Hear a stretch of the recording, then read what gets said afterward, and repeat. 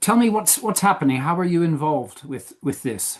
Well, I represent a number of individuals that are being detained by ICE as a result of this raid at the Hyundai battery plant construction site earlier this week. The individuals I represent kind of span the spectrum.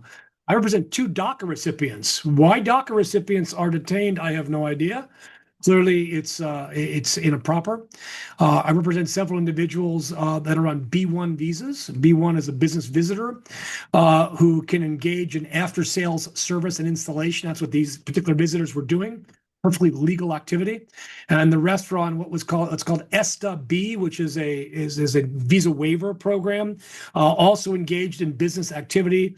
A couple of engineers, a couple of project director folks, as well as some installers that were installing specific equipment at this plant.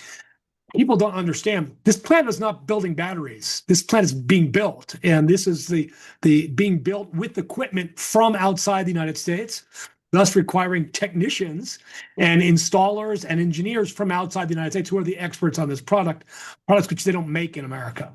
What's the current state of your efforts to represent them? Well, we are trying to get our clients released prior to the flight leaving for Korea, because we believe the individuals on that flight to Korea will in fact have problems returning to the United States.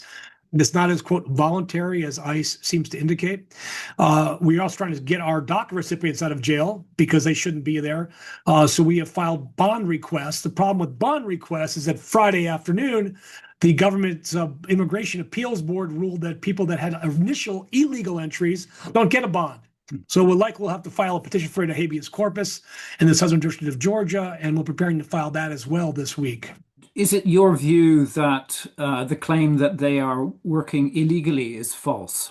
It's false, at least to my clients. And we now have some internal documents that were provided to another reporter, which seems to indicate that, in fact, they know that. ICE knows that they are detaining people that did not violate their status. That is a violation of federal law. What is your strategy for representing them going forward in the next days, weeks? Well, since none of these people appear to have been put into removal proceedings, which again is also a violation of law, we're going to have to go to federal court at this point and seek their release.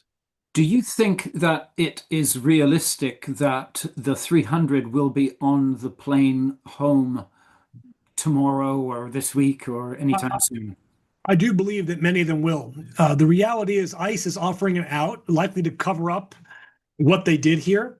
And if you've been folks in detention center for 4 or 5 days, you would want to get out of town as well.